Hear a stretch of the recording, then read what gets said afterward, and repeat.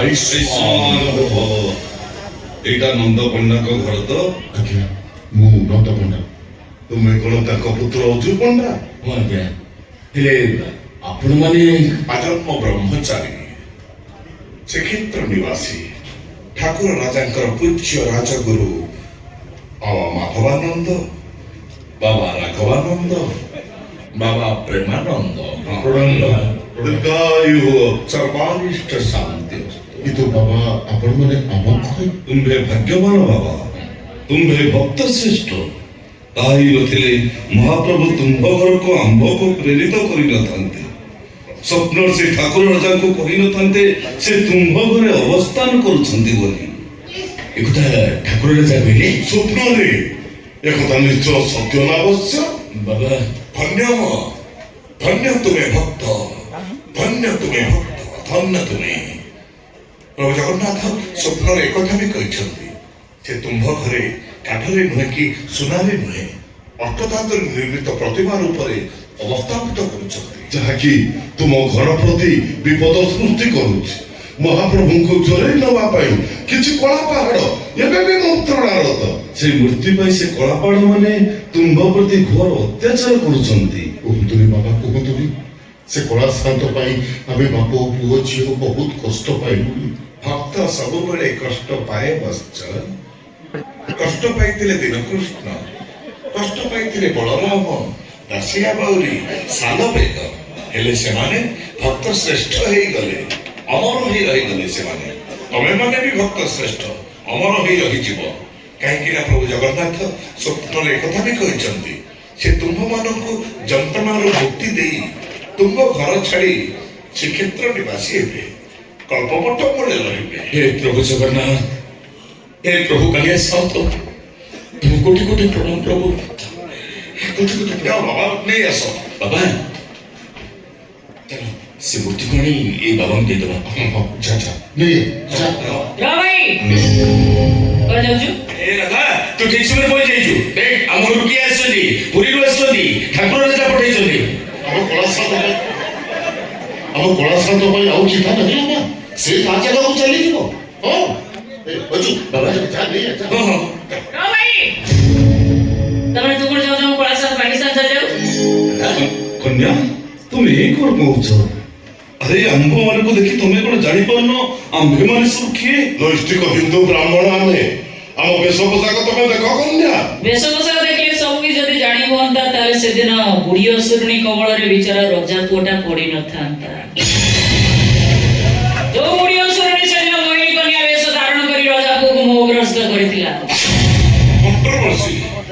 Controversy এই যে চালিছি ভণ্ড বাবাঙ্কর কলাকার নামা প্রকৃত কথা হেলা বাবা যে সে ভণ্ড নহ আর যে ভণ্ড সে বাবা নহ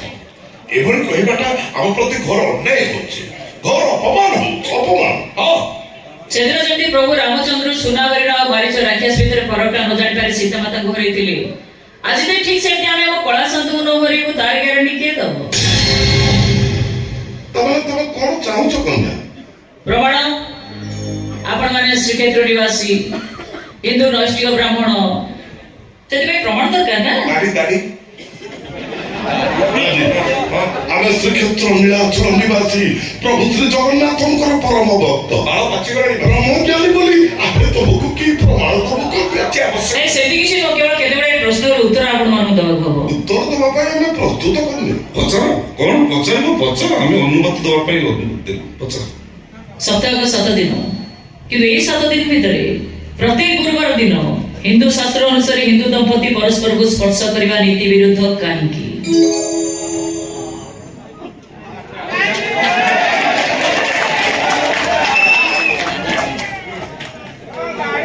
କାଇଁ ତମେ ଘୋଡିଆ ହେଲା ଟେକିଛ ତମେ କହୁନା ବଡ ଦେଇ ତମେ ମୋର ମନେ ନାହିଁ ମୁଁ ଦେଖିଛି ମନେ ନାହିଁ ବଡ ସୁନ୍ଦର ଭାବରେ ତ କହିଦେବ ଉତ୍ତର ଦେବା ପାଇଁ ଆମେ ପ୍ରସ୍ତୁତ କନ୍ୟା ଆମ ପ୍ରେମାନନ୍ଦ ବି କହିଲେ ପଚାର ପଚାର କୁହ ଉତ୍ତର ଦିଅ କିନ୍ତୁ ବାବା ଆପଣ ତ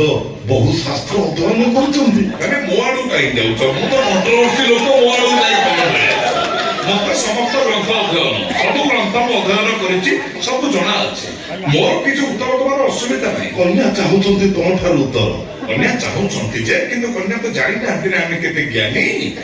ସେ ସେଥିପାଇଁ ପରୀକ୍ଷା କରୁଛନ୍ତି କିନ୍ତୁ ଦେଖ କନ୍ୟା ଏ ପ୍ରଶ୍ନର ଉତ୍ତର ତକ ମୋ ପାଇଁ কোনো ବିରଳ ନୁହେଁ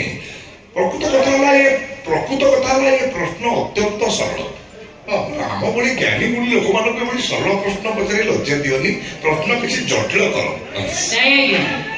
ପ୍ରଥମେ ସରଳରୁ ଜଟିଳ ଆଡକୁ ଯିବା।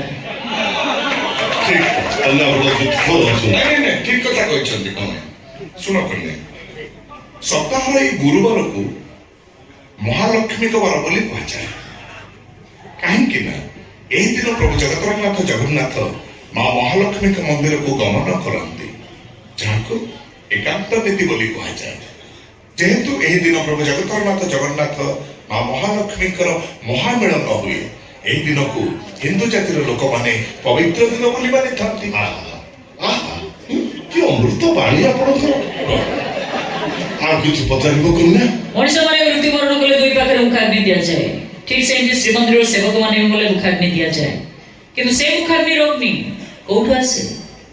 ଏ ପ୍ରଶ୍ନର ଉତ୍ତର ବାବା ପ୍ରେମାନନ୍ଦ ଦେଇପାରିବେ। ମହାପ୍ରଭୁଙ୍କ ପାଇଁ ମହାପ୍ରସାଦ ଯୋଉଠି ରୋଷେଇ ହୁଏ ସେଇ ରୋଷେଇ ଘରୁ ହିଁ ଆସିଥାଏ। ତାମାନେ